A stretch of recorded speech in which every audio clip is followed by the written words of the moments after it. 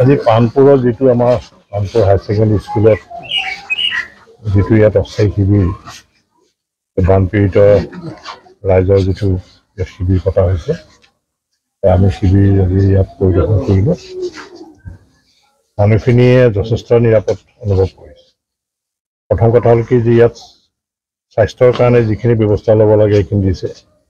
শিশু খাদ্যৰ পৰা আৰম্ভ কৰি গোটেইখিনি ব্যৱস্থা লৈছে আৰু যিখিনি তেওঁলোকৰ প্ৰয়োজনীয় যিখিনি বস্তু চৰকাৰৰ ঘৰৰ পৰা যোগান ধৰা হৈছে স্থানীয় বিধায়ক ডাঙৰীয়াই যথেষ্টখিনি মানুহখিনিক সহায় কৰিছে গতিকে আমি যি নদুৱাৰ সমষ্টিৰ পানপুৰ যিটো বান বিধ্বস্ত অঞ্চল আৰু এইবাৰ বানটো ভয়ানক হৈছে 1988 চনতকৈ এইটো ডাঙৰ এটা বানপানী গতিকে পানী এতিয়া কিছু শুকাইছো যদিও মানুহ ঘৰলৈ যাব পৰা ব্যৱস্থা হোৱা নাই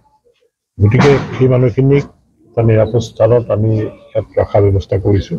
স্থানীয় ৰাইজৰ যথেষ্ট সহযোগ আছে ইয়াত আৰু মই ভাবোঁ যে মানুহখিনি বহুত নিৰাপদভাৱে আছে আৰু চৰকাৰৰ তৰফৰ পৰা যিখিনি ব্যৱস্থা কৰি দিব লাগে তেওঁলোকক দিয়া হৈছে আনকি পশু খাদ্য দিয়া হৈছে